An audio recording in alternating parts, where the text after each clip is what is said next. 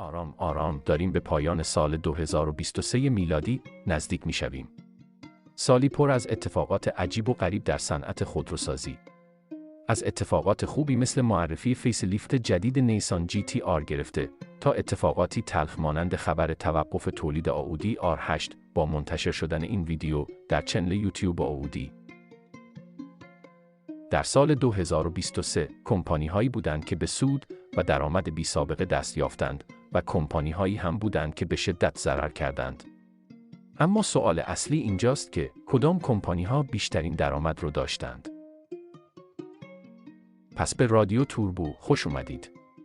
امروز توی این ویدیو قراره به همین مسئله بپردازیم، یعنی پردرآمدترین خودروسازها در سال 2023 میلادی.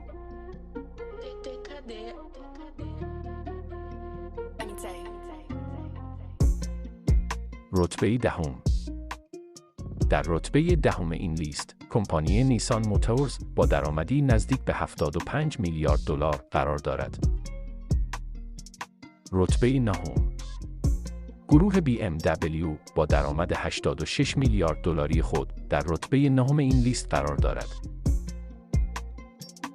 رتبه هشتم. در رتبه هشتم این لیست، کمپانی هیوندای با درآمدی نزدیک به 96 میلیارد دلار قرار دارد.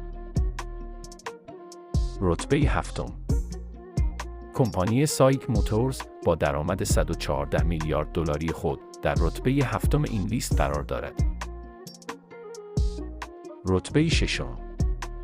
در رتبه ششم این لیست، کمپانی هوندا موتورز با درآمدی نزدیک به 129 میلیارد دلار قرار دارد. رتبه پنجم، کمپانی جنرال موتورز با درآمد 156 میلیارد دلاری خود در رتبه پنجم این لیست قرار دارد. رتبه چهارم. در رتبه چهارم این لیست، کمپانی فورد موتورز با درآمدی نزدیک به 158 میلیارد دلار قرار دارد. رتبه سوم، گروه دایملر با درآمد 190 میلیارد دلاری خود در رتبه سوم این لیست قرار دارد. رتبه دوم.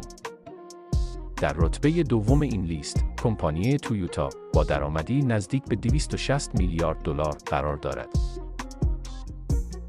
و در نهایت میرسیم به پردرآمدترین خودروساز این لیست، یعنی رتبه اول.